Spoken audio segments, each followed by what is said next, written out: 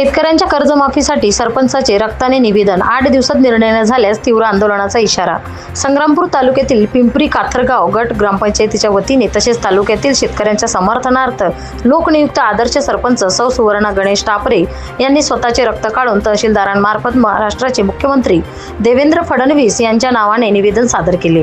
या निवेदनामध्ये राज्यातील शेतकऱ्यांची सरसकट कर्जमाफी करण्यात यावी, तसेच अवकाळी पाऊस व वादळी वाऱ्यांमुळे फळबाग आणि इतर पिकांचे झालेले नुकसान लक्षात घेऊन नुकसान भरपाई तात्काळ शेतकऱ्यांच्या खात्यात जमा करावी अशी मागणी करण्यात आली।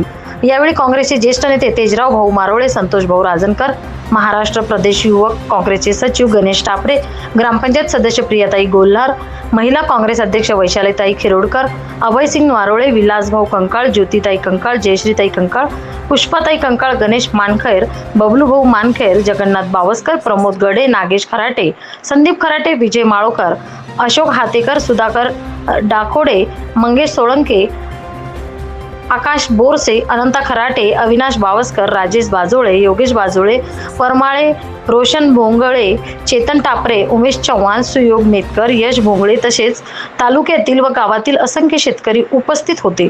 निवेदनाची दखल पुढील 8 दिवसात न घेतल्यास यापेक्षा तीव्र स्वरूपाचे आंदोलन करण्यात येईल असा इशारा लोकनियुक्त सरपंच आदर्श सरपंच सौ सुवर्णाताई टापरे यांनी दिला आहे। भारती न्यूजसाठी कार्यकारी संपादक रंजना राठोड, प्रतिनिधी अंकुश मेहंगे, संग्रामपूर, जिल्हा बुलढाणा।